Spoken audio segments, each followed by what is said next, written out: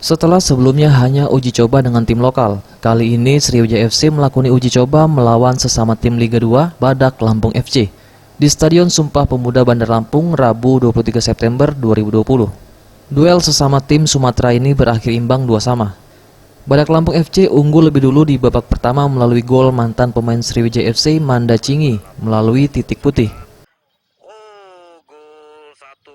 SCFC baru bisa menyamakan skor di babak kedua melalui tandukan bek andalan Sriwijaya FC, Erwin Gutawa. Badak Lampung kembali unggul melalui sepakan Saipullah memanfaatkan kemelut di pertahanan Sriwijaya FC. Semangat juang Laskar Wongkito membuahkan hasil dengan gol sundulan Beto memanfaatkan bola mati kiriman Suwandi. Di akhir pertandingan Budiarjo Talib mengatakan, Sriwijaya FC seharusnya bisa memenangkan pertandingan. Hanya saja banyak peluang tidak bisa dimanfaatkan dengan maksimal. Selain itu, Sriwijaya FC seharusnya mendapatkan penalti, namun tak dihiraukan wasit. Budijo juga mengatakan dengan melawan Badak Lampung ini, menjadi tolak ukur Sriwijaya FC ke depannya akan lebih baik dalam menghadapi Liga 2 di bulan Oktober mendatang. 2-2, gimana komentarnya? Ya, saya pikir pertandingan 2-2 ini ya cukup pertandingan menarik ya sore hari ini, dan saya pikir keuntungan buat kita dan juga banyak peluang yang tidak dimanfaatkan oleh teman-teman ya, apalagi mungkin kita ada penalti satu tapi referee di babak pertama nggak meniup itu ya.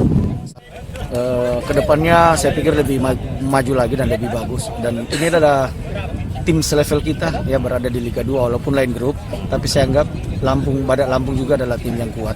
Mereka juga punya proses, mereka juga punya latihan yang sama dengan tim-tim yang lain.